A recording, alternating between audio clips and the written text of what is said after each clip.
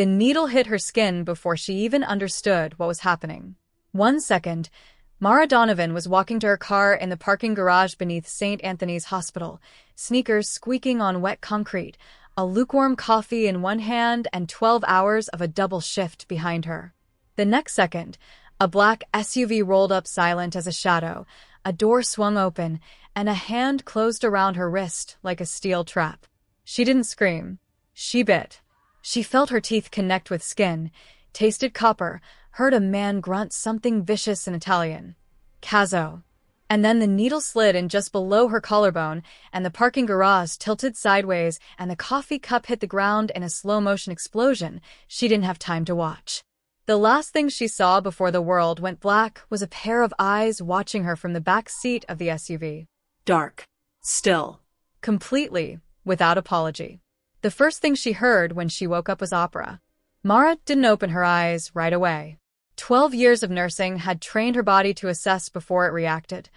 Pulse, pain, position. She ran the inventory fast, heartbeat elevated but steady, no restraints on her wrists, lying on something that felt obscenely expensive, no immediate pain except the dull throb at her collarbone where the needle had gone in. The air smelled like cedar and old leather and something cooking in a distant kitchen, garlic and tomatoes and wine. She opened her eyes. The ceiling above her was coffered mahogany, the kind that cost more per square foot than her entire apartment. A chandelier hung at its center, not crystal, but wrought iron fashioned into something that looked like a crown of thorns. Light fell from it warm and amber, like candlelight that had been trained to look expensive. She sat up. The room was large, furnished in a way that spoke of old money and older taste. A stone fireplace. Bookshelves floor to ceiling with actual books, spines cracked, pages thumbed, not decorative. A window with the curtains drawn, but she could see the edge of a garden through the gap. It was dark outside. How long had she been out? Don't touch the curtains. She spun. He was sitting in a chair in the corner of the room that she hadn't noticed, because he was sitting so still he'd blended into the shadows the way things do when they've learned how to disappear in plain sight. He was watching her with those same dark eyes, the ones from the parking garage. He hadn't moved. He held a glass of red wine by the stem, and he looked exactly like what he was. Dangerous. Refined. Absolutely certain that this room and everything in it, including her, belonged to him. The curtains, he said again. Don't touch them. Not yet. Mara swung her legs off the bed. I want to know where I am. Right now. You're safe. He said it the way someone says the weather is fine, factual, mild, not particularly interested in whether she believed it. That's not what I asked. Something shifted in his expression. Not quite respect, but close. Like she'd passed a small test she didn't know she was taking. He set the wine glass on the table beside him with the kind of deliberate precision that said everything he did was deliberate. He stood. He was tall. Not the kind of tall that people commented on, the kind that filled space and made you aware suddenly that space was finite. Olive-skinned, dark-eyed, a jaw that looked like it had been cut from something that didn't yield easily. Italian in the way that meant old and rooted and completely sure of itself. My name is Luca Valentino, he said. And you're here because 3 days ago, you made a phone call to a certain detective named Harlan Briggs. And in that phone call, you told him about a patient you treated at St. Anthony's, a man with a gunshot wound who came in under a false name and stayed for 48 hours. Mara's blood went cold. That man was my brother, Luca said. She thought about lying. She was good at lying, not morally but technically. She'd spent years telling patients things were going to be okay when she didn't know if they were. She'd learned how to keep her face from giving her thoughts away. But he was already shaking his head slightly, as if he could read the calculation happening behind her eyes. The call was recorded, Luca said. We have it. We have the transcript. We have the detective's full name, his badge number, his home address, his daughter's school, and the coffee shop he stops at every morning on Wentworth Avenue. He paused. I'm telling you this so you understand the scope of what you stepped into. Not to threaten you. Not yet. Not yet. 2 words that hit like a blade. She forced herself to breathe. She was aware, in a way she hadn't been in the shock of waking, of how completely out of place she looked in this room, fair-skinned, auburn-haired, still in her hospital scrubs, smelling faintly of antiseptic and 12-hour shift exhaustion. She was every inch the American girl who had wandered into something that had existed for generations before she was born and would exist long after. "He came in with a bullet in his chest," she said. "I'm a mandated reporter. I had an obligation." "You had a choice," he said, cutting her off without raising his voice. "You chose wrong. Now we're adjusting." From somewhere deep in the house came the sound of Italian. Two male voices arguing, overlapping, the kind of argument that had been running for years and would run for years more. A door slammed. Then footsteps, unhurried, down a corridor. Then silence. Then the distant smell of the kitchen again, richer now, closer to done. Luca moved to the door of the room and paused with his hand on the frame. He was wearing a suit that had been tailored to within a millimeter of his body, charcoal gray, no tie, top button undone. His knuckles bore 3 healed-over scars, the kind you only got from connecting with someone's teeth. At the base of his throat, just above his open collar, Roman numerals were tattooed in ink the color of old blood. 379.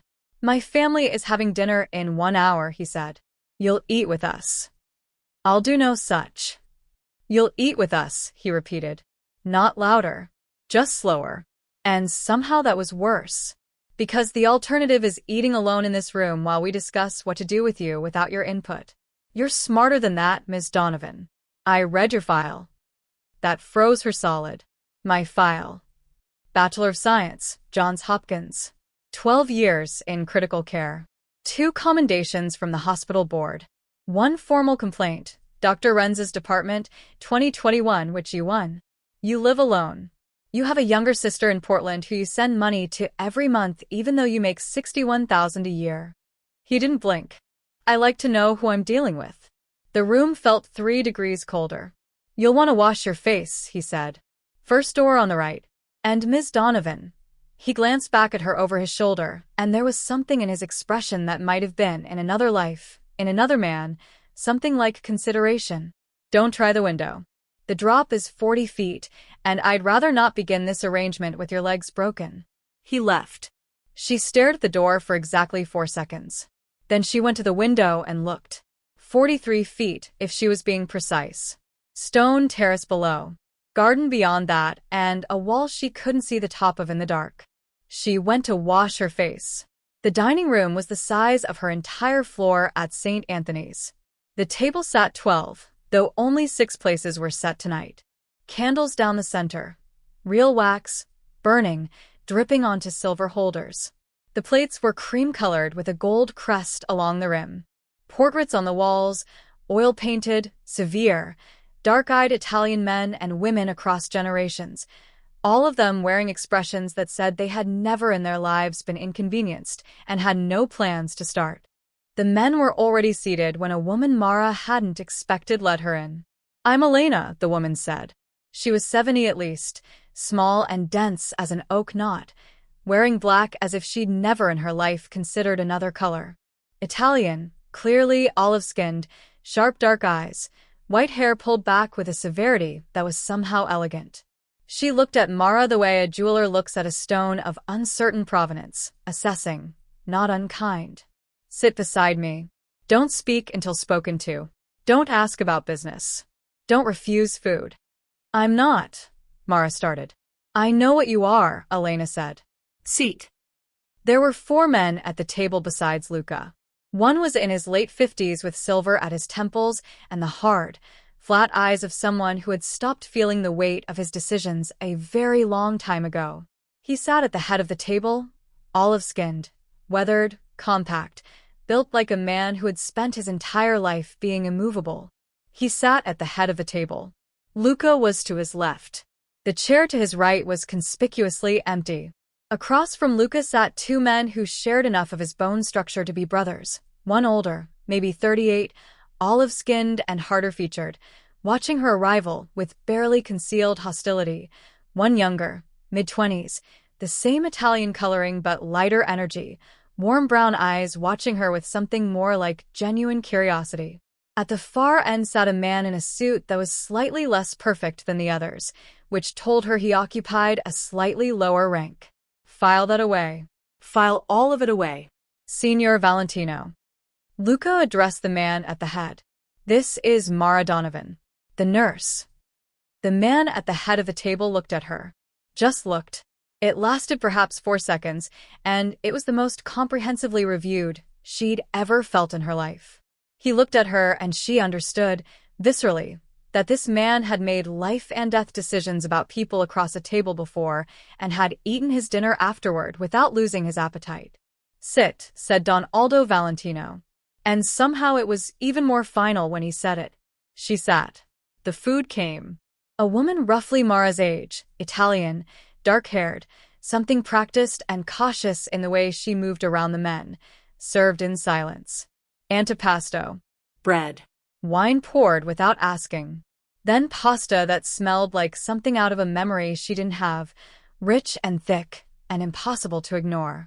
The older brother, she'd learned his name was Marco, spoke first. He addressed Luca in Italian, rapid and cold, and though Mara didn't speak Italian, she understood every syllable of the tone. Why is she here? Why isn't she handled? Luca answered in English, slowly, deliberately, making sure she could follow every word. Because she's a witness and she made a call and the situation requires a solution that doesn't create more problems than it solves. And because I said so, Marco. The temperature in the room dropped. Don Aldo said nothing. He ate his pasta. His silence was a verdict. The younger brother, Nico, she'd learned, looked at Mara across the table. Do you actually like nursing? He asked. Like genuinely? Because I feel like that's the kind of job you have to really want. And absurdly, against every instinct she had, she almost laughed. Yes, she said. Fascinating, Nico said, as if she'd told him she summoned lightning. Enough, Marco said. Nico shrugged. He was the only person at this table, Mara realized, who seemed unbothered by everything, which either meant he was the safest person here or the most dangerous, one she couldn't read yet. Then Don Aldo set down his fork. Everyone went quiet. Miss Donovan, he said, and his voice was the voice of a man who had never once in his life needed to repeat himself. You made a call to a detective about a man who was a guest in our family. That call created complications. What I need to know is simple. How much did you tell him? And how much does he believe you? Mara looked down the table at him. She was the only fair-skinned, green-eyed, auburn-haired person at this table in this house in this world, and she had never in her life felt more precisely and specifically herself than she did in that moment, because being the only one like her in the room made pretending to be something else completely pointless. She straightened her spine. I told him what I observed clinically, she said. A gunshot wound, entry and exit, consistent with a small-caliber weapon at close range. No identification on the patient. He'd asked to be discharged AMA after 36 hours. I told the detective exactly that. And did you tell him the room number? Don Aldo said, or the name he checked in under? A beat. No, she said. It was true. She hadn't known the room number when she'd called. She'd been off shift by then, and the false name had been a forgettable generic that she hadn't retained. She told Briggs what she knew medically and nothing more. Don Aldo looked at her for a long moment. Then he picked up his fork. Good, he said, and went back to eating. After dinner, Luca walked her back to the room. Not escorted her. Walked beside her down the corridor at a pace that was not hurried, not threatening, just exactly what it was. A man who owned the hallway they were walking through accompanying someone who did not. The difference was precise and exhausting. He's going to kill me, Mara said. Not a question. My father doesn't make those decisions lightly, Luca said. That's not a no. He stopped at the door to her room. He looked at her with those dark Italian eyes that gave very little away and seemed to see everything in return. Up close, in the corridor light, she could see things she hadn't at dinner. The small scar along his jaw, old, faded. The tattoo at the base of his throat, visible above his open collar. Roman numerals 379, in ink the color of old blood. She looked at it before she could stop herself. What happened March 7, 2009? She asked. His expression didn't change, but something behind it did. That's not your question to ask, he said quietly. You read my file. I'd call us even. A silence. Long enough that she thought he wasn't going to answer. Then, my brother Santino died. 18 years old. Something in his jaw went tight. That's the empty chair at dinner. She hadn't expected that. She hadn't expected him to answer at all, and she especially hadn't expected that answer. A dead brother, an empty chair they still set a place for, a date tattooed on his throat like a wound that refused to scar over properly. I'm sorry, she said. And meant it. Don't be. His voice was back to even, smooth as sealed wood. Here's what you need to understand, Ms. Donovan. My father will decide what happens to you. He'll take 3 or 4 days to decide. During that time, you'll stay in this room. You'll be brought food. You won't be harmed. But if you make a move, a call, a signal, a shout from a window, anything, that decision accelerates, and it doesn't accelerate in your favor. And what's your recommendation? She said. To your father. He looked at her. That depends on what you do next. He left her there in the corridor, in front of a room she hadn't asked to be in. She waited until his footsteps faded. Then she turned the handle. The door opened. No lock from the outside. She went in, sat on the edge of that obscenely expensive bed, and thought, hard and fast, the way she thought at 3 a.m. when someone was coding and every decision had a consequence. She had 3, maybe 4 days. She had her brain and what she'd observed tonight. And she had something she hadn't mentioned at dinner, something she'd kept below the surface with everything she had. She had talked to Briggs. And she had, in fact, given him one more detail than she'd admitted. She told him the tattoo on the patient's forearm, a crest she hadn't recognized, Italian elaborate. She didn't know if that was enough to identify the family. She suspected, sitting in this room listening to opera drifting up from somewhere below, that she was about to find out. On the second morning, she was given a phone. A burner. She recognized it immediately, the no-name brand, the basic interface, the missing SIM that would have made it actually useful. One contact loaded in. Luca Quinto. Nothing else. A note. For emergencies within the house. This is not a gift. It is a test. She set it on the nightstand and stared at it. On the second evening, the door to her room opened without a knock and Marco walked in. He was alone. That was the first wrong thing. In this house, in this world, the men didn't move without purpose and they didn't visit her without a reason, and there was no reason Marco should be standing in her doorway at 9 p.m. looking at her the way he was looking at her. He was broader than Luca, harder in the face, the same olive skin but without any of Luca's controlled precision. Marco's edges were rougher, older, held together by contempt the way some structures were held together by rust. Marco, she said, keeping her voice flat. I don't think you're supposed to be here. My brother's not here, he said. He closed the door behind him. And my father's asleep. Her pulse spiked. She did not let it show. What do you want? You talk to a cop, he said. He crossed the room slowly, not fast enough to read as threatening but fast enough. And Luca wants to negotiate. That's the word he used. Negotiate. The contempt in his voice was sharp as a blade. My father's getting soft. Luca's getting soft. The answer to your problem is simple and it doesn't involve you eating at our table. And yet here I am, she said. Which means your father and your brother outrank you. That stopped him. It was the wrong thing to say. She knew it the second it left her mouth.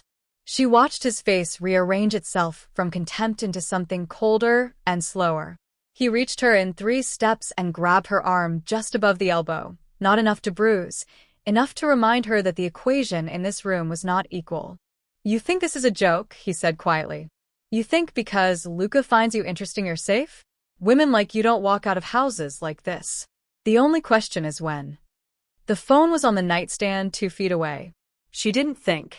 She grabbed it and hit the only contact and put it to her ear and said, loudly, clearly, he's in my room. Right now.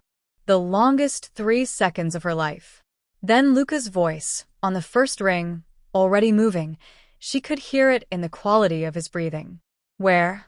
My room, she said. Your brother. She heard a door.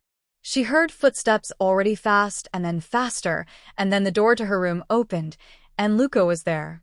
The thing about dangerous men was that the truly dangerous ones didn't look dangerous when they arrived. They looked calm. Luca stood in the doorway and he looked at Marco with exactly the expression he'd worn at dinner, controlled, precise, economical. He didn't raise his voice. Let go of her arm, he said. Marco dropped her arm. Leave this room. Marco left. Luca didn't look at her for a moment.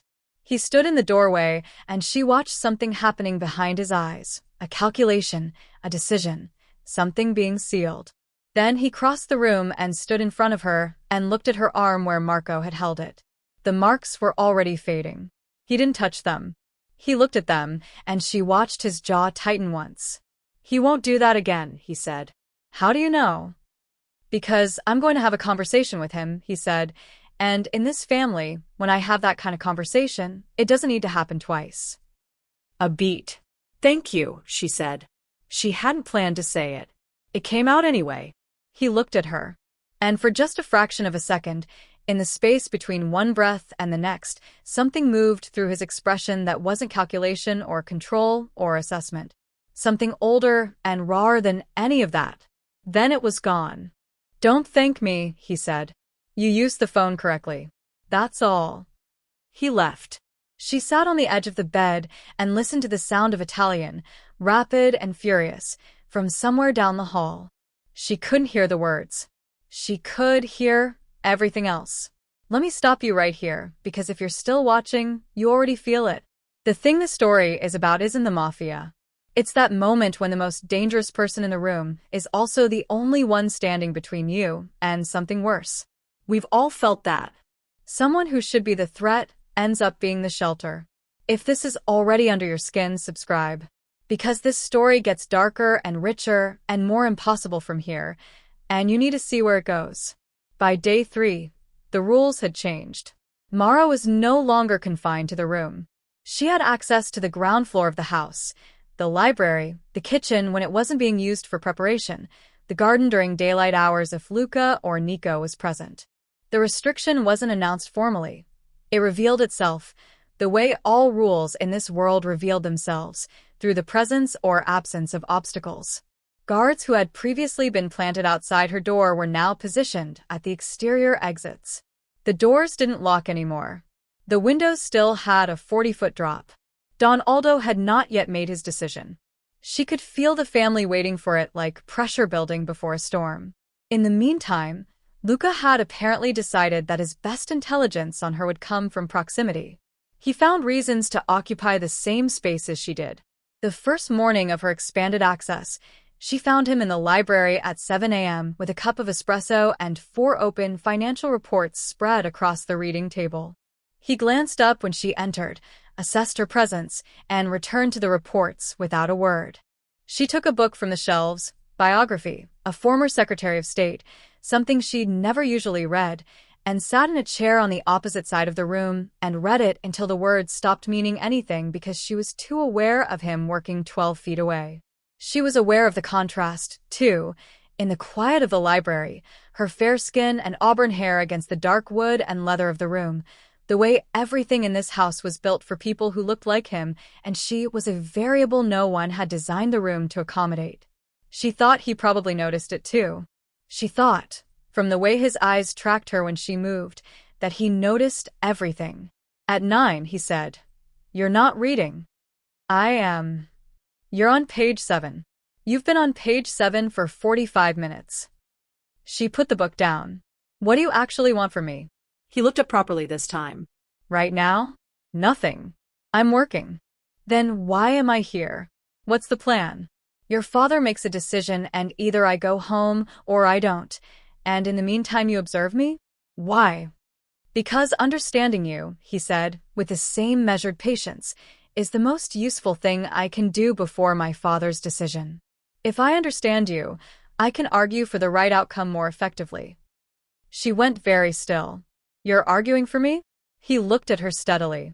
"Don't make it something it isn't." But she turned it over in her mind for the rest of the morning. Luca Valentino, heir to this family, A man who had grown up in blood and operated in shadow was arguing for her survival inside a family council she couldn't attend.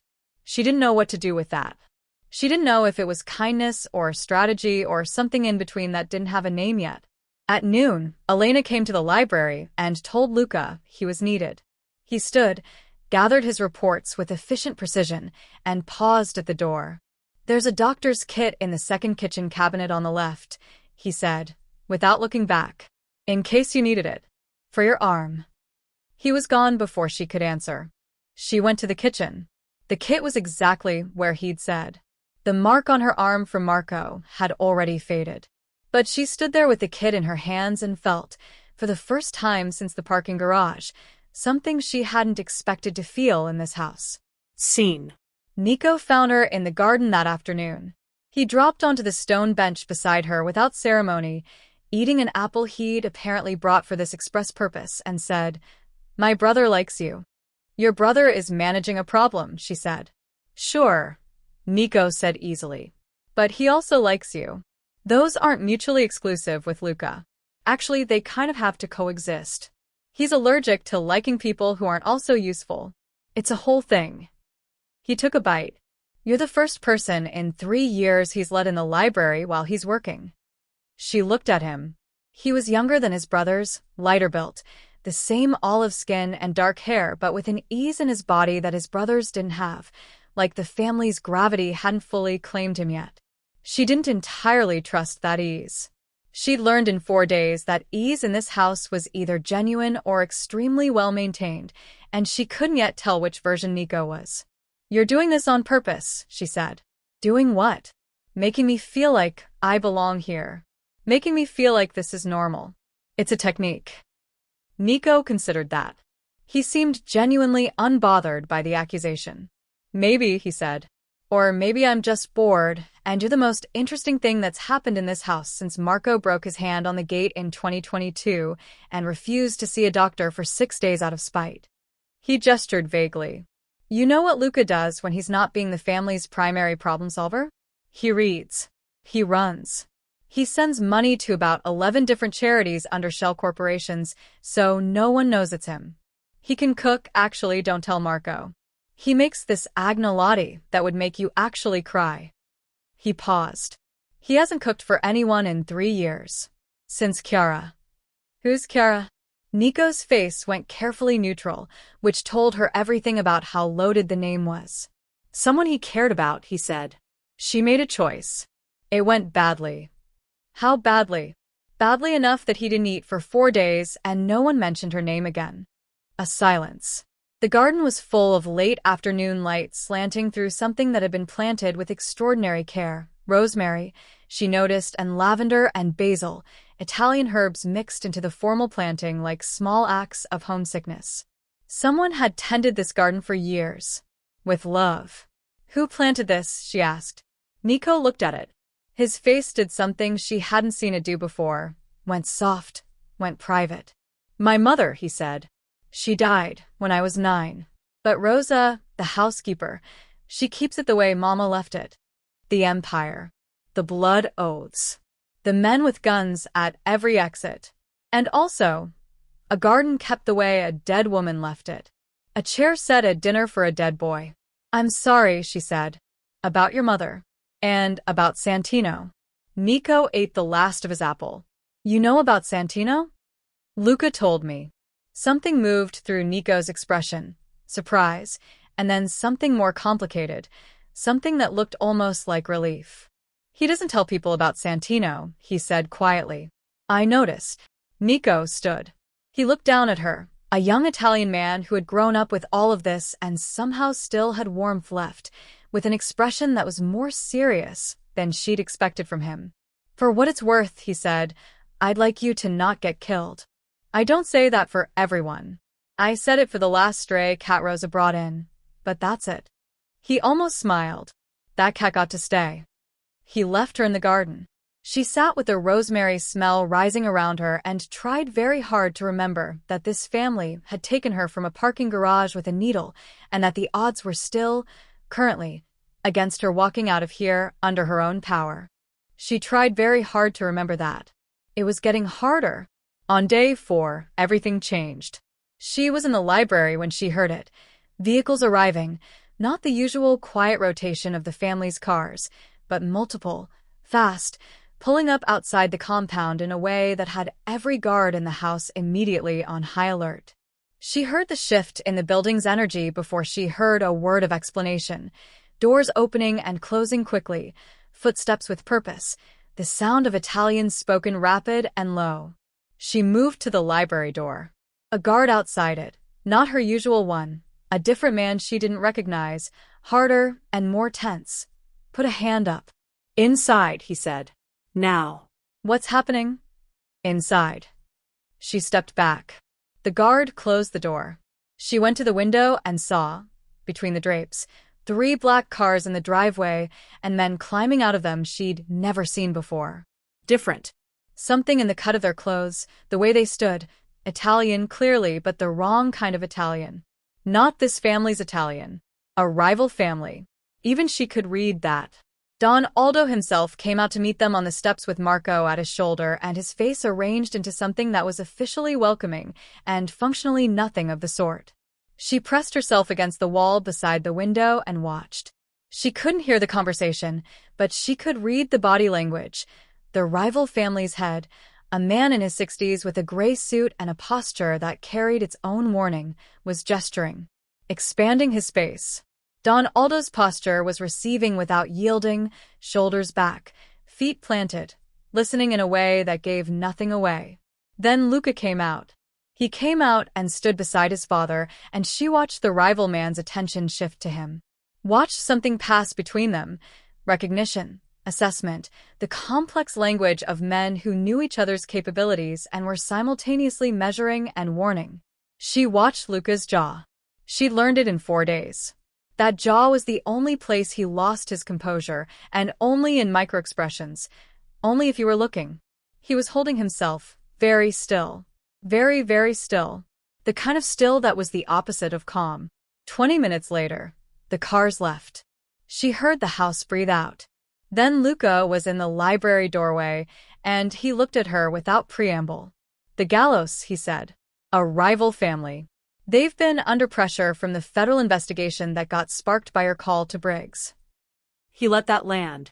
They're using that pressure as leverage to renegotiate territory agreements, in exchange for information that would lead the FBI to us instead of them. Mara's stomach dropped. My call started a federal investigation? Your call, he said, gave Briggs enough to pull a file he'd been sitting on for 2 years. Your call was the documented thread that authorized the opening of a formal inquiry. He looked at her. Nothing accusatory, just informational. Which means you're not just a witness problem anymore. You're the origin point of a federal problem. The gallows know that. They'll use it. Use it how? By letting the FBI know you're here. The room went very cold. Unless, he said, we reach an agreement with them first. What kind of agreement? One that requires my father to give them something he doesn't want to give them. She looked at him. And what does any of this have to do with me? He was quiet for a moment. My father's decision about you has accelerated. He's making it tonight. He came to the library at 11 p.m. She hadn't been able to sleep. She'd been sitting in the dark reading the Secretary of State biography by lamplight and not retaining a single word when she heard his knock, the first time he'd ever knocked. She said nothing. He took that as permission and came in. He was no longer in a suit. He was in dark trousers and a shirt that hadn't been pressed, sleeves rolled to the elbow, and he looked, for the first time since she'd been here, tired. Not afraid. She didn't think he experienced fear the way other people did. But tired. The kind of tired that went past the body. He sat across from her and looked at her for a long moment. My father's decision is to release you, he said. She waited. There was clearly more. Under conditions, he said. You'll sign a document, prepared by our lawyer, that recants the call to Briggs. Medical error, misidentification. You were confused by shift fatigue. Your lawyer will be given a version of events that holds up. The hospital will receive a significant donation that motivates them not to push back. He paused. And you'll stay here for 2 additional weeks. As assurance. Assurance of what? That you don't immediately turn around and call Briggs again the second you're out. She looked at him. And what happens in 2 weeks? You go home. You go back to work. You go back to your life. Something in his expression. All of it intact. She should have felt relief. She felt, instead, strangely, inexplicably, like something was being taken from her that she hadn't known she had. She sat with that for a moment and recognized it for what it was, and did not let herself say it. Luca. It was the first time she'd used his name, without the formality. He noticed. She watched him notice. What did you tell your father? He looked at his hands. For the first time, she saw him not know what to do with himself in a moment. I told him you were useful, he said. That releasing you under controlled conditions served the family better than the alternative. That's the strategy version. A silence. I told him, he said slowly, that you are the only person I've encountered in 3 years who looked at what I am and didn't look away, and that there was value in keeping that close rather than eliminating it. He looked up. He found that argument inconclusive. Marco's argument was simpler and initially more persuasive. I spent 4 hours making the case. 4 hours. For her. Why? She asked, and her voice was quieter than she meant it to be. He looked at her with those dark eyes that gave so little away and had, in 4 days, given away more than she suspected he knew. Because, he said, it would have been wrong. And he said it simply, flatly, without decoration, the way a man says something he hasn't said in a very long time and finds it still fits in his mouth. Neither of them said anything for a while. The lamp burned. Somewhere in the house, a clock struck the half-hour. Nico told me about Chiara, she said. His expression didn't close. It did something more interesting. It accepted the wound quietly. He shouldn't have. He was trying to help. He's always trying to help. It's his primary form of interference. A pause. Chiara chose the FBI. She'd been placed in my life for 18 months to gather information. I found out. She was moved. His voice was even. His jaw was not. It recalibrated certain things for me. Like trusting people. Like believing that the things I want for myself and the things my life actually allows me to have are the same list. The silence after that was different. Heavier and more honest. Mara looked at him. This dark-eyed Italian man in his rolled-up shirt sleeves who ran a criminal empire and tattooed his dead brother's death date on his throat and kept a dying basil plant in a secret apartment, and thought, this is the most dangerous thing that's happened since the parking garage. More dangerous than Marco. More dangerous than Don Aldo's decision. More dangerous than the Gallo family and the federal investigation and all of it. This moment. Right here. 2 more weeks, she said. 2 more weeks, he confirmed. And in 2 weeks, I sign the paper and go home. Yes. She looked at him. Okay, she said. The betrayal came from inside the house. She was in the kitchen on day 6 when she heard Luca's phone call. She wasn't eavesdropping. She was in the adjacent corridor and his voice was raised, which it almost never was, and the Italian was coming fast and sharp like something being cut rather than spoken. Then English. He always switched to English when he wanted to be precise. How long, he said. How long has she been reporting to them? A pause. Then, Rosa. And Mara understood. Rosa. The housekeeper. The woman who kept the garden the way Luca's mother had left it. Rosa, who had brought Mara tea at 11 p.m. last night without being asked. Rosa, who had been in this house for 30 years. She pressed herself against the wall and listened. She gave them the nurse. Name, photograph, current location. His voice was terrifyingly quiet now. They have that. They have all of that. Another pause. Find out who she's talking to at the gallows, and bring me the contact information. Don't touch Rosa. I'll handle Rosa. He hung up. She gave herself 3 seconds. Then she turned the corner into the kitchen. He was standing at the counter with his phone in his hand, and an expression she hadn't seen on him before. It was the expression of a man who has discovered that something he trusted, not a person, something deeper, something structural, like the ground or the walls, is not what he thought it was. Betrayal layered over betrayal. How much of that did you hear? He asked. Enough. Then you understand that the gallows now know your name and your location and the extent of your connection to this family. I understand that. Which means, he said, setting his phone down with that terrifying, deliberate precision, that the Gallo family has leverage over this family through you. And they'll use it within the next 24 hours to make a demand. And whatever that demand is, it won't matter, because your safety is no longer something I can guarantee inside this compound. She absorbed that. You're saying I need to leave. I'm saying we need to move you. Tonight. Where? He looked at her. Something resolved in his face. My apartment. In the city. He almost seemed surprised by what he was saying even as he said it. It's off the family's books. Not even Marco knows about it. It's the only location I have that the gallows can't reach through Rosa. She stood there in the kitchen in this mafia compound where she'd been held against her will for 6 days, and the man who'd had her taken was now the only safe option she had left. I need 20 minutes, she said. And I'm going to need a better coat. The one I came in with smells like the parking garage. Something moved through his face. Not quite a smile. Close enough that she filed it away. 20 minutes, he said. The apartment was on the 23rd floor of a building in the West Village that had a lobby like a law office. Marble, underlit, deliberately impressive. The doorman called Luca by name and didn't look at her. The elevator was silent. The apartment door had 3 separate locks, and he opened all of them with the practiced speed of someone who'd done it in the dark. Inside was not what she expected. It was not the compound. There were no portraits of stern ancestors, no crests on the dinnerware, no guards in the corridors. It was an apartment lived in by a man who had 2 contradictory lives, and this was the private one.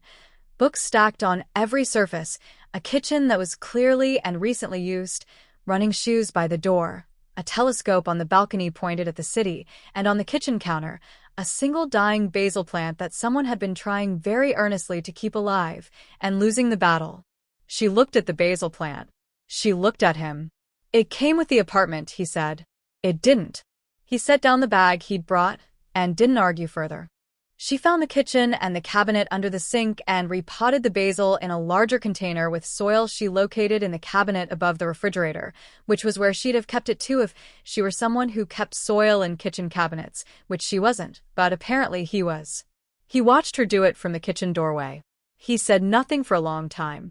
Then, you don't have to do that. I know, she said. If you're still here, you already know this isn't just a story. It's a descent into a world where love and violence are the same language, where protection looks like possession and surrender feels like power. He's running out of ways to keep her safe without keeping her captive. She's running out of reasons to fight him when fighting feels like the only thing keeping her alive. Subscribe, because the people who stay for this kind of darkness understand that the most dangerous thing you can do is fall for someone who is never supposed to let you live. They stayed in the apartment for 3 days. During those 3 days, she learned things about Luca Valentino that no amount of file reading or surveillance could have told anyone. He woke at 5:30, always, without an alarm. He made espresso with the focus other men gave to surgery.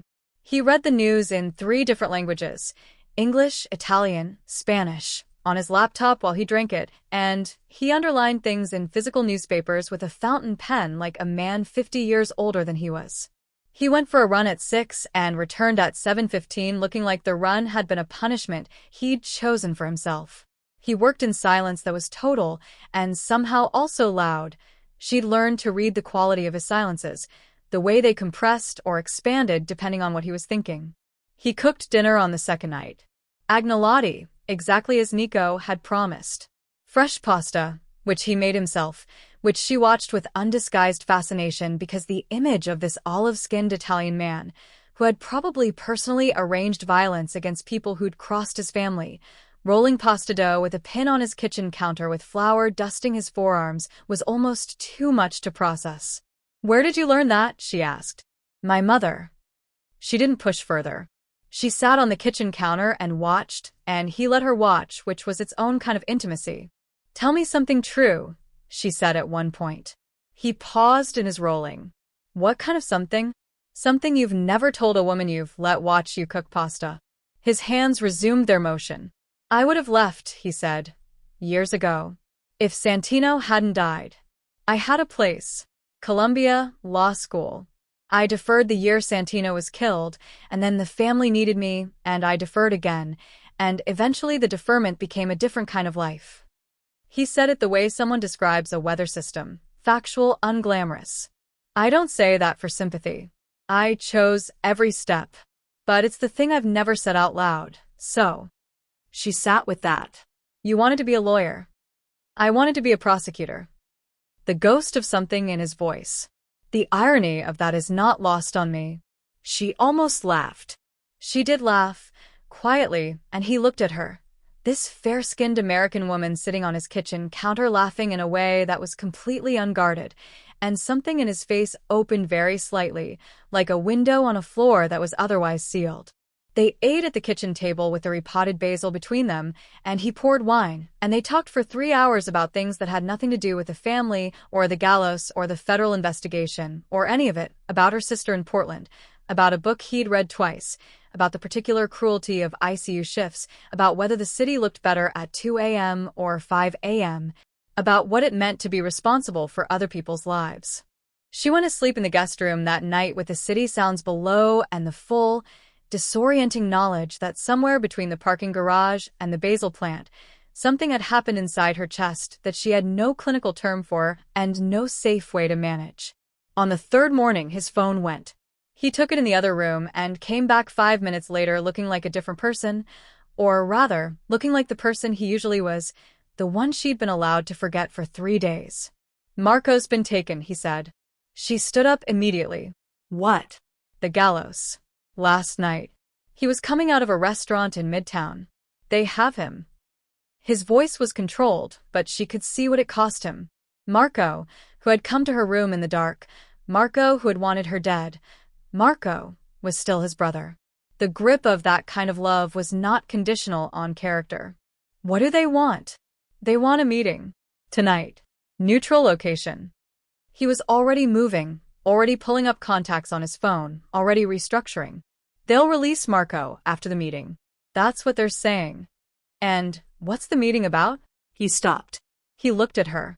And in that look she understood before he said it. They want you, he said. In exchange for Marco.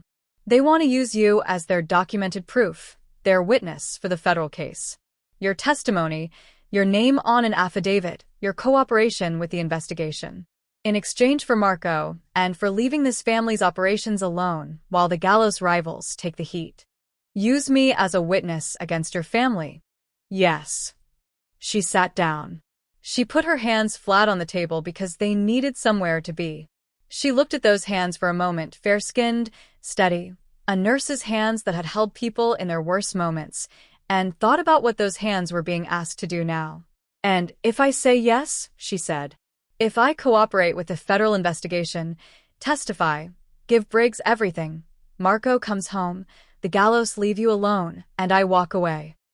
In theory, he said. The gallows theory of how this plays out for you is optimistic. In your theory, you'd be a federal witness against an Italian mafia family, Mara. Not this family, but in a world where these families talk to each other and have long memories, the optimism gets complicated. She looked up at him. And, in your theory, what happens to you? If I testify, if there's a documented witness, if the investigation expands? He looked at her very levelly. I'm my father's heir and my family's primary legal and financial decision-maker. What do you think happens to me? The kitchen felt very small. The basil plant was between them on the table and she wanted, inexplicably and fiercely, to take it with her wherever she went next.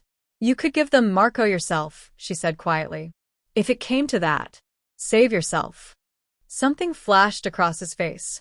Anger, brief and hot, gone before it fully arrived. He's my brother. He tried to threaten me. He's still my brother. No hesitation. None. And she understood then, fully, and without sentimentality, what this man was. Not a good man. Not trying to be one. But a man with a code that was absolute and internal, and that he would pay any price to maintain. The code didn't make him safe. It made him real. She thought about her sister in Portland. She thought about 12 years of nursing, of people who came through her hands in crisis, of the fierce, simple satisfaction of keeping someone alive who might otherwise not be. She looked at Luca Valentino and thought, what am I willing to pay? He went to prep for the meeting. She stayed in the kitchen. She called Briggs. It took everything she had. Her hands were steady because she'd trained them to be. She dialed the number she'd memorized, and he picked up on the second ring, and his voice had the particular quality of a man who had been waiting for this call and was very carefully not showing how much. Donovan, he said. Where are you? Are you safe? I'm safe, she said. I need to know something, and I need a straight answer. Okay. If I came to you, if I gave you everything I know, full cooperation, testimony, the whole thing, what's the protection situation? A silence that told her he was choosing his words. We'd have options. Briggs. Her voice was quiet and final. Don't give me options. Give me the truth.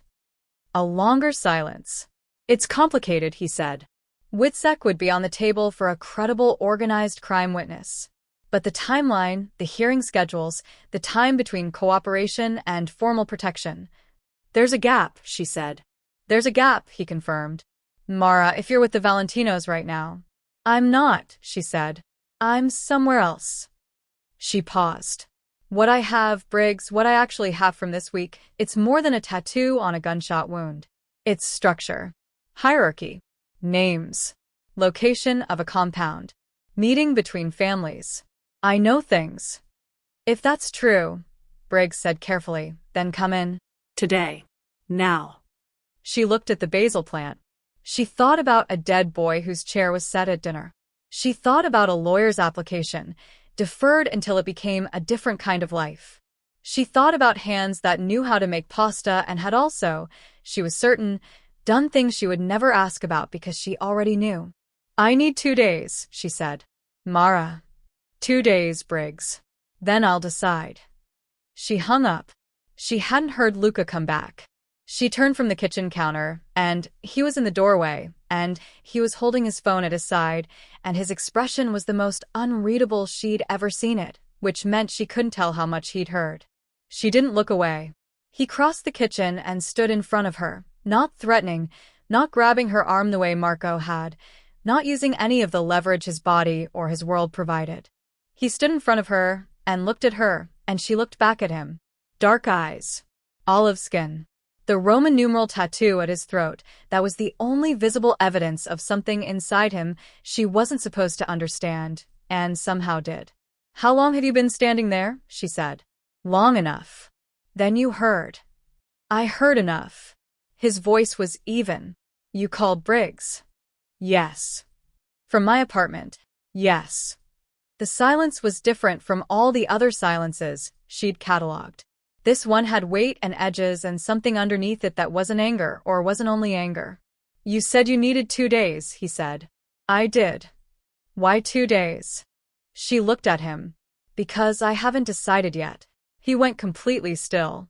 What is there to decide? That's what the 2 days are for. Something crossed his face, something that cracked the controlled surface of it in a way that made her breath stop, because she understood that this man, who had grown up with blood as a family business and power as a birthright, was standing in his own kitchen looking at her like a person who did not know what would happen next and found that unbearable and could not stop it. Mara. Her name in his mouth, unguarded, just her name, and it hit her in the sternum like something physical. His phone rang. He looked at it. His face went hard. It's my father, he said. He answered it. She watched his face change with each second, watched something arrive in his expression that was beyond the flat hardness he usually wore, something older and heavier. He hung up. What? She said. Marco, he said. The gallows didn't wait for the meeting. He stopped.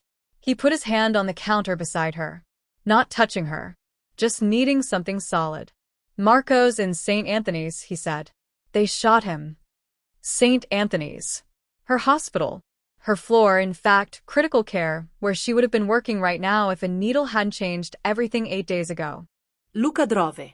She sat in the passenger seat and watched the city go past in the dark and thought about the particular loop of fate that put Marco Valentino in her hospital with a bullet in him, the same as his brother weeks ago, the same chain of events repeating itself in a different key. How bad? She asked. Chest. Lung. He's in surgery. His voice was the flattest she'd ever heard it. What's the prognosis? They didn't tell my father much. Who's the surgeon? A pause. Dr. Ellery. He's good, she said. He's very good. If he's in surgery, Marco has a chance. Lucas said nothing, but she saw something in his jaw go fractionally less tight. At the hospital, he couldn't go in. 3 Gallo men were already outside, and there were detectives in the lobby, and his face was a face that several people in that building would recognize, and several of those people would be problems. He sat in the car around the corner and called his father, and spoke in rapid Italian for 20 minutes while she sat beside him. She thought about her badge. Still in her locker at work. Her access codes, still active, no one had thought to suspend them. She thought about 12 years of knowing that building, every floor, every back corridor, every supply closet, every exit. I can go in, she said when he hung up. He looked at her. No. I can get the actual surgical update. I know people in that, or who'll tell me the truth rather than the official line. I know what the official line leaves out. She looked at him. And Luca, Marco Valentino shot by a rival family, is going to flag. Briggs might already be in that building. He absorbed that. Which is why you're not going in. Which is exactly why I am. She held his gaze. I'm still a person who works there. I have a reason to be inside. You don't. If Briggs is in there. I know, she said. I know what that means. She opened the car door. Give me 45 minutes. She didn't wait for him to agree. She got out of the car and walked to the staff entrance and badged in with her old code, which worked, and the building closed around her like something familiar and hers, and she had to stop in the stairwell for 3 seconds with her hand on her chest and breathe. She smelled disinfectant and floor wax and the specific recycled air of a hospital at night. She was wearing a borrowed coat over hospital scrubs she'd been in for 2 days. She hadn't slept properly in a week. She was standing in a stairwell at midnight, having just driven across the city with a man whose family had kidnapped her to get a surgical update on the brother who had threatened her, to feed controlled information to a federal detective she'd been strategically managing for 8 days. She breathed. She went up the stairs. She ran into Briggs on the 2nd floor. He was in a suit, too late an hour for a suit, and he'd been waiting. She could see from his face that he'd been waiting specifically for her, which meant someone had told him she might come. Rosa. Donovan, he said. Let's talk. She decided in the stairwell. She decided, if she was being precise, in the moment when Luca had put his hand on the counter beside her and needed something solid, and the solid thing he'd reached for wasn't a weapon or a phone but just the counter, the ordinary inanimate counter, just something to hold on to. She decided. She just hadn't let herself know it until she was in the stairwell with the fluorescent lights buzzing overhead and the smell of disinfectant that was as close to home as she had. 5 minutes, she told Briggs. They sat in an empty consultation room on the 2nd floor. He had a recorder out. She looked at it and looked at him. Off the record, she said. He put it away. He was smart enough to know what that meant, and that fighting it would cost him more than it gained. I was in that compound for 6 days, she said. I can give you the location, the layout, names, and hierarchy. I can give you the meeting with the gallows. I don't have specifics, but I have enough to frame the context for an investigation. She looked at him. I can give you all of that. And in exchange, he said carefully. The Valentino family is not the target of the investigation, she said. The gallows are using your investigation as leverage to destroy a competitor. The gallows shot Marco Valentino tonight specifically to escalate toward a war they want to happen, and they want the FBI to mistake the firefight for Valentino aggression and bring them down on the wrong family. She let that sit for a moment. Redirect the investigation toward the gallows. I'll provide everything you need for a clean case. And you leave the Valentinos out of it. Briggs stared at her. Mara, he said. I can't just. You can, she said.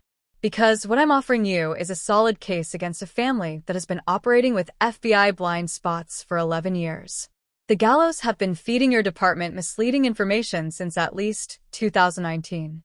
I know that from 6 days in a house where people talked in front of me because they thought I was a problem that was going to be solved before morning. She leaned forward. Do the math, Briggs. He did the math.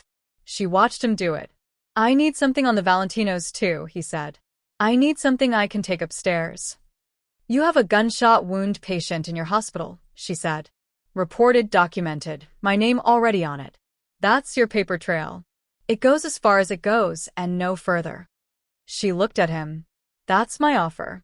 Take it or I walk out of this building and you have nothing. A long silence. I want the gallo contact information, he said. Whatever you have. I'll get it to you within 48 hours.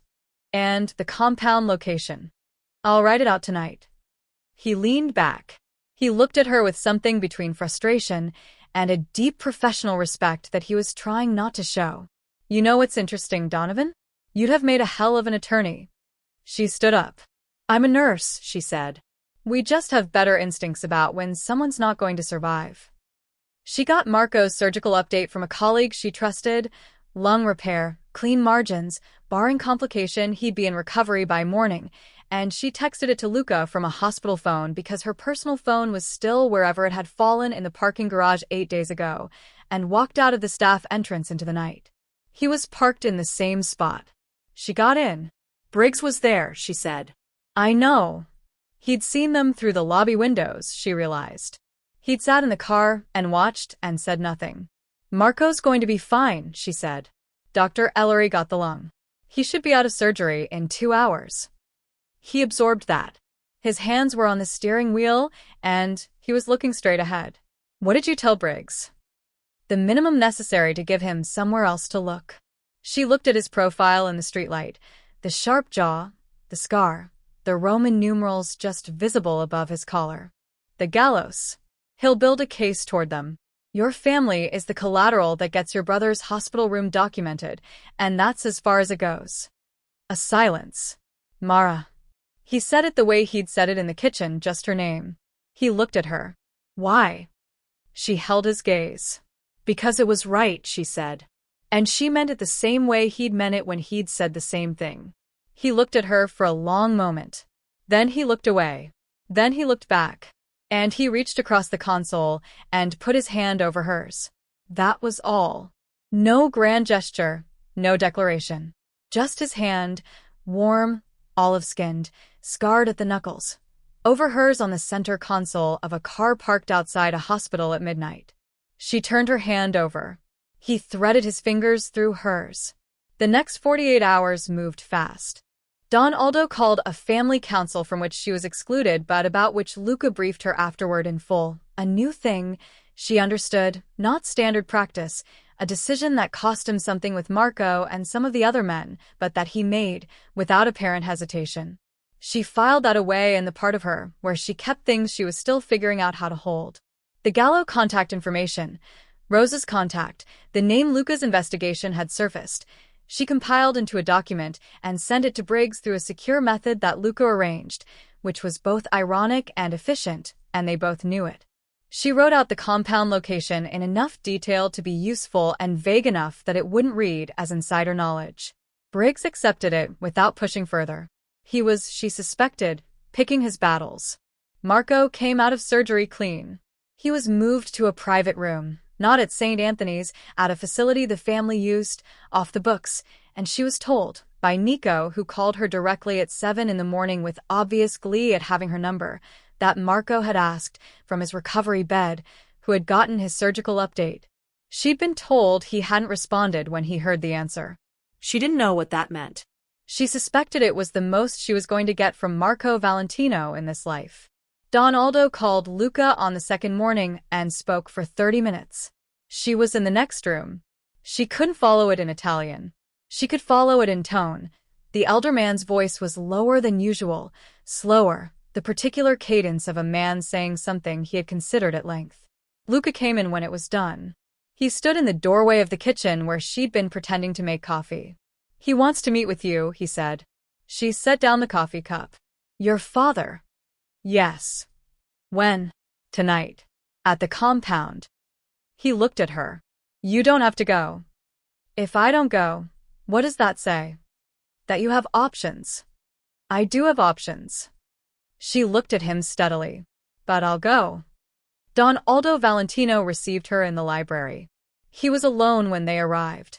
No Marco, no guards in the room, just the old man in a leather chair with a glass of something amber-colored and the particular stillness of a man who had been thinking. Luca stood slightly behind her. She was aware of him there the way she was aware of her own heartbeat, constantly, without quite thinking about it. Don Aldo looked at her for a long time without speaking. She held his gaze. A fair-skinned American woman in a borrowed coat, standing in the library of an Italian crime family's compound, holding herself as still and straight as she knew how.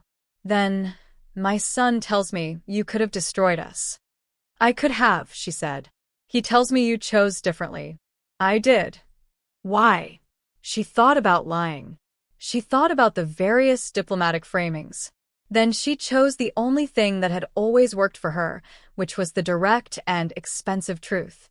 Because I looked at your family, she said, and I saw people who'd paid enormous prices for things I didn't understand from the outside, and I thought the right move wasn't to compound that.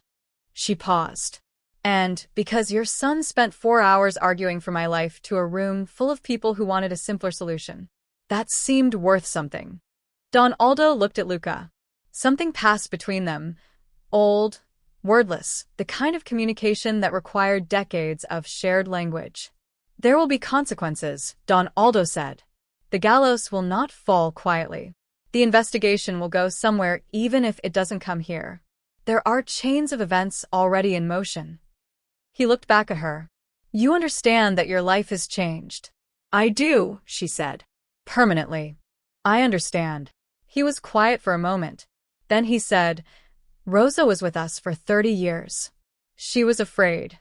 Someone she loved was being threatened. She made a choice.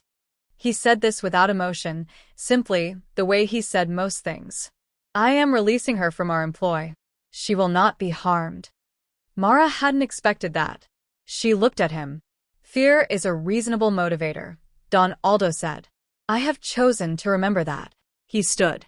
He was shorter than she'd realized, standing. A compact Italian man from whom extraordinary amounts of authority radiated, the way heat came from something burning. He looked at her once more, long and searching. Then he looked at Luca. He said something in Italian, brief, conclusive, the end of a longer internal argument, and walked out of the library. She stood there. Luca came around to stand beside her. What did he say? She asked. Luca looked at the doorway his father had left through. He said that for the first time in years he understands something Santino used to say. A pause. That sometimes the person you don't kill turns out to be the most important person you ever meet. She looked at him.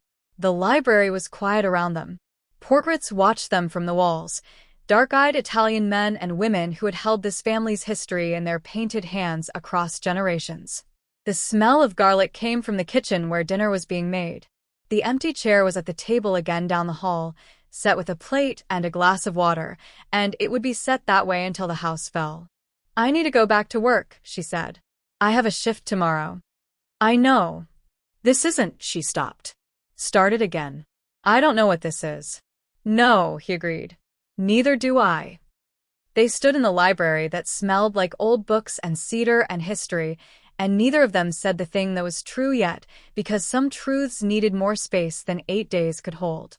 But the truth was there between them, patient, waiting. I'm taking the document, she said. The recantation. Signing it. You don't have to. I was confused by shift fatigue, she said.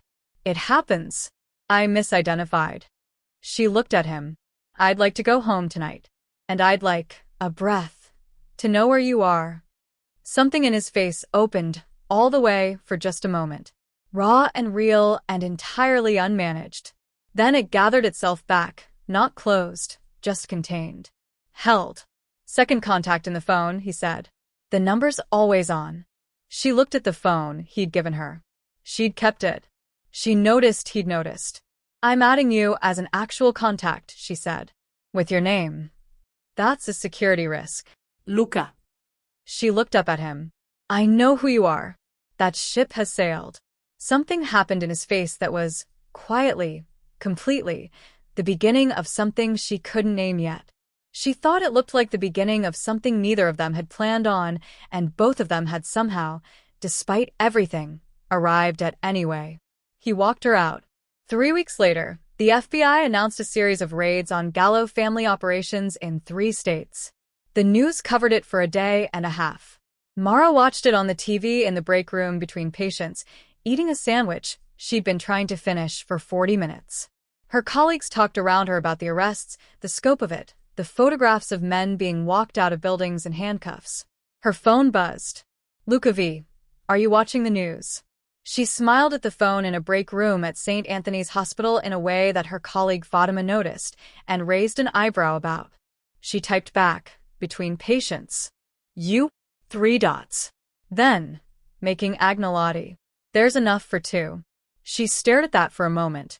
She thought about her 12-hour shift that ended at 7. She thought about a kitchen with a repotted basil plant and a telescope on the balcony and an Italian man who kept soil above the refrigerator and had once wanted to be a prosecutor and still, somehow, had not lost the instinct to protect the things he decided were worth protecting. She typed, I finish at 7. I don't like heavy wine on a weeknight. Dots. Then, I have a Barbera that's younger than you'd think. She put the phone in her pocket. Fatima was still looking at her. Who are you texting? She asked. Someone, Mara said. Someone, Fatima repeated, deeply skeptical. Mara picked up her chart. She was already moving. A very complicated someone, she said. Who I'm figuring out. Is this the thing you haven't been telling me about for 3 weeks? It's exactly that thing. Should I be worried? She stopped in the doorway. She thought about that honestly, the way she thought about anything honestly, without flinching, without dressing it up, looking at it straight. Maybe, she said. But I'm not. She went back to work. At 7:15, she took the train to the West Village and badged into a lobby she was starting to know and rode an elevator that was silent to a floor she'd been on twice before, and when the door opened it smelled like pasta and garlic and something Italian, and the basil plant was on the counter, healthy now, green and extravagant, and he was in the kitchen with his back to her, and he turned when he heard the door. He looked at her. She looked at him. Neither of them said anything for a moment, because some things didn't need a preamble. You're late, he said. 15 minutes. I know, she said. Traffic. You took the train. 14 minutes, then. She set her bag down. Do you need help? No. Good, she said. Because I'm a terrible cook. She sat on the kitchen counter in the same place she'd sat the first time he'd made pasta and watched him work, and he talked while he worked, not about the raids, not about the family council meeting he'd come from that afternoon, not about the chains of events still moving around them like water around stones. He talked about a book he'd read, about the telescope and what you could actually see from the balcony with light pollution, about a thing Nico had said at dinner that had made their father almost smile. She listened. She thought, this is not a safe life. This is not the life I had before. She thought, this is, somehow, exactly the life I'm choosing. Outside, the city moved in its enormous, indifferent way. Inside, pasta bubbled. The basil grew. An American woman and an Italian man who should never have met across an impossible sequence of events sat in a kitchen in the West Village and figured out, slowly and without a map, what came after everything burned. It wasn't clean. It wasn't safe. There were deaths and dangers, and a family that operated in shadow, and a detective who had filed his report and closed his investigation with a certain deliberate narrowness that would haunt everyone involved for years. None of it was over. But the pasta was good. And the Barbera was younger than she'd thought. And when he reached across the table later and turned her hand palm up and looked at it like he was reading something, she didn't pull away. She didn't pull away at all. If this story found you when you needed it, pass it on to someone who understands that some love stories are written in blood and sealed with sacrifice.